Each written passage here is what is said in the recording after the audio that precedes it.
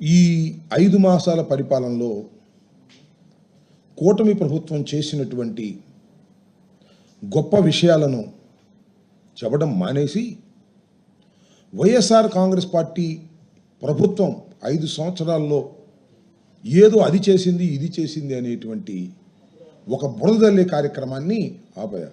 కార్యక్రమాన్ని నిత్యం చేస్తూనే ఉన్నారు. మొన్నటిదాకా తిరుపతి లడ్డు, ఇప్పుడేమో కాకినాడ పోర్టు, కాకినాడ కాజాలాగా దీని మీద నిత్యం ఒక బ్యాడ్ ప్రాపకాండ చేసేటటువంటి కార్యక్రమం చేపట్టారు. చాలా చిత్రం ఏంటంటే కాకినాడ పోర్టు నుంచి పీడిఎస్ రైస్ పెద్ద ఎత్తున తరలి వెళుతున్నాయనేటువంటి మాట ఇవాళది కాదు. చంద్రబాబు నాయుడు గారు అపోజిషన్లో ఉన్నప్పుడు అందరూ కూడా దుమ్మెత్తిపోశారు. వారి ప్రభుత్వం వచ్చింది, 5 మాసాలు నిన్నాయి. ఇవాళ ఏంట్రా పరిస్థితి అంటే ఎక్కడేసిన కొంగడ అక్కడే ఉందంట. వాళ్ళు చెబుతున్నారు, నేను కాదు. సాక్షాత్తు పవన్ కళ్యాణ్ గారు డిప్యూటీ చీఫ్ మినిస్టర్ వెళ్ళి చెప్తున్నాడు, పౌర సరఫరాల శాఖ మంత్రి గారు చెప్తున్నాడు, ఇంకా ఇక్కడ పీడిఎస్ రైస్ బియ్యం విచ్చలవిడిగా జరుగుతూ ఉంది. ఎవరి వైఫల్యం ఇది? జగన్మోహన్ రెడ్డి గారి వైఫల్యమా? వైఎస్ఆర్సీపీ వైఫల్యమా? మీ వైఫల్యం కాదా? పౌర సరఫరాల శాఖ మీరు తీసుకున్నారు. మన చెక్ పోస్టులు ఉన్నాయి, 2 చెక్ పోస్టులు. ఆ చెక్ పోస్టులు దాటుకు వెళ్ళాలి, మళ్ళా కస్టమ్స్ క్లియరెన్స్ ఉండాలి. అయినా కూడా పీడిఎస్ రైస్ భారీ ఎత్తున ఎగుమతి జరుగుతూ ఉంది ఇతర దేశాలకి అనేటువంటి మాట మీరు మాట్లాడుతున్నారంటే are you not feeling shy? మీకు సిగ్గు అనిపించడం లేదా? ప్రభుత్వం మీకు వచ్చిన తర్వాత కూడా ఇంకా మీరు పీడిఎస్ రైస్ని ఆపలేకపోయారే మీ భాషలో. అదేమంటే అంత పెద్ద పోర్టుకి 20 మంది కానిస్టేబుల్సా? ఎంతమంది పెట్టాలి? పెట్టు, ఒక 2 లక్షల మందిని పెట్టు. ఎవడు కదన్నాడు? ఇవాళ మీ అధికారం వచ్చింది కదా, 5 మాసాల నుంచి పరిపాలన చేస్తున్నారు కదా, ఎందుకు మీరు పెట్టడం లేదు? పెట్టవచ్చు కదా. దానికి సమాధానం లేదు.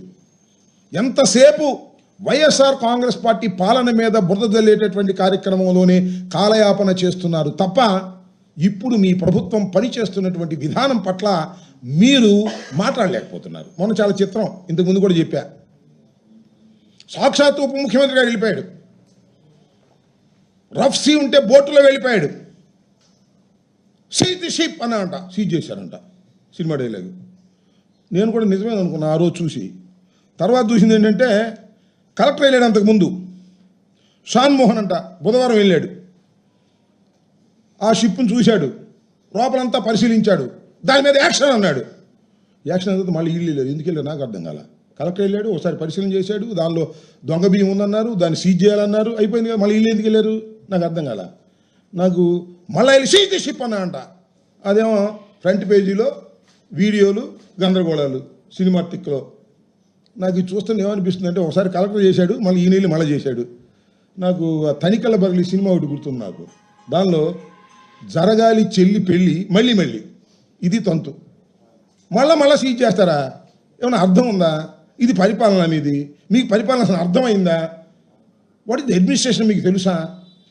రఫ్సీలోకి మీరు వెళ్ళిపోయారు, వద్దని చాలామంది అన్నారు, అనేటువంటి ప్రయత్నాలు కూడా చేశారు. ఇంకో మాట కూడా చెప్తున్నా ఇక్కడ.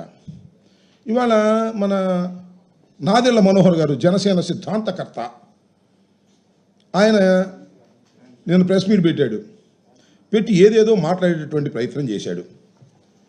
ఏమంటాడంటే ఈ కాకినాడ పోర్ట్ 5 సంవత్సరాల్లో విచ్చలవిడిగా బియ్యాన్ని ఎగుమతి చేశారు, దొంగ బియ్యాన్ని. నేను ఒక మాట ఇక్కడ ప్రజలు కన్ఫ్యూజ్ కాకుండా ఒక మాట చెప్పాలి. మన రాష్ట్రంలో కాకినాడ పోర్టు నుంచి పెద్ద ఎత్తున బియ్యం ఇతర దేశాలకు ఎగుమతి అవుతుంది with the permission of the government. చాలా పెద్ద ఎత్తున మన రాష్ట్రం నుంచే కాదు, బియ్యం ఒరిస్సా, ఛత్తీస్గఢ్, తెలంగాణ, ఇంకా దగ్గరగా ఉన్నటువంటి పోర్టులు లేనటువంటి రైసు పండేటటువంటి ప్రాంతాల నుంచి కూడా బియ్యం వచ్చి ఇక్కడ నుంచి ఎగుమతి అవుతాయి. చాలా పెద్ద ఎత్తున ఎగుమతి అయ్యేటటువంటిది కాకినాడ యాంకరేజ్ పోర్ట్. ఎందుకు ఇక్కడ ఇంత బాగా ఎగుమతి అవుతాయి అంటే యాంకరేజ్ పోర్ట్లో ధరలు తక్కువ, ఎందుకంటే ప్లాట్ఫామ్ డీప్ సీ పోర్ట్ కాదు. నడి సముద్రంలో ఎక్కడో వెజల్ పార్క్ చేసి ఉంటుంది, పడవల్లో పెద్ద పెద్ద పడవల్లో బస్తాలు వేసుకుని అక్కడికి వెళ్ళి అక్కడి నుంచి ఆ వెజల్స్లోకి ట్రాన్స్ఫర్ చేస్తారు. ప్లాట్ఫామ్ ఛార్జెస్ పడవు. ప్రభుత్వం యొక్క సంస్థ యొక్క పోర్ట్ ఇది, యాంకరేజ్ పోర్టు. దీనిలో అనేక వేల మంది పనిచేస్తుంటారు. ఏంటి, బియ్యం బస్తాలు దించేవాళ్ళు, ఎత్తేవాళ్ళు, మళ్ళీ పడవల్లో వేసేవాళ్ళు, మళ్ళీ అక్కడి నుంచి తీసుకెళ్లేవాళ్ళు, అక్కడి నుంచి వెజల్స్లోకి ఎత్తేవాళ్ళు. కొన్ని వేల కుటుంబాలు దీని మీద ఆధారపడి బతుకుతూ ఉన్నాయి. It is a very very genuine business. మధ్యలో పీడిఎస్ రైస్ దొరబడతాడు, స్మగ్లింగ్, వాడిని పట్టుకోవాలి. ఇక్కడ చేయాల్సింది ఏంటి, అక్కడ అధికమైనటువంటి పోర్ట్లో ఎగుమతులు జరగాలి, పీడిఎస్ రైస్ని ఫిల్టర్ చేసి పట్టుకోవాలి. ఇది సింపుల్గా చేయాల్సినటువంటి పని. అసలు మనోహర్ గారు చూసిన మొత్తం అంతా ఇక్కడ జరిగిపోతుంది, మొత్తం స్మగ్లింగ్ అంతా.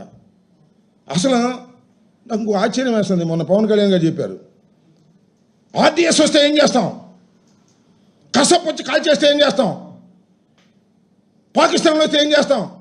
ఏం పోయేయగలమని నాకు అర్థం కాలేదు. మన పోర్టు గురించి అంత అభద్రతాభావంతో మాట్లాడుతున్నారు. పెట్టండి అయ్యా కానిస్టేబుల్స్ మొత్తాన్ని, మీటర్ దించేయండి, మొత్తం టోటల్గా మీటర్ దించేసి బందోబస్తు చేయండి. మనోహర్ గారు అంటున్నాడు ఎవరిని లోపలికి వెళ్ళలేదంట, వీళ్ళే ఉన్నారంట లోపలికి వెళ్ళిస్తారా?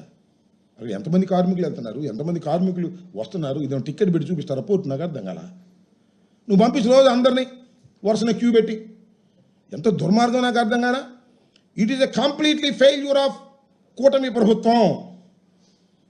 మనోహర్ గారు పూర్తిగా ఫెయిల్ అయిపోయారు.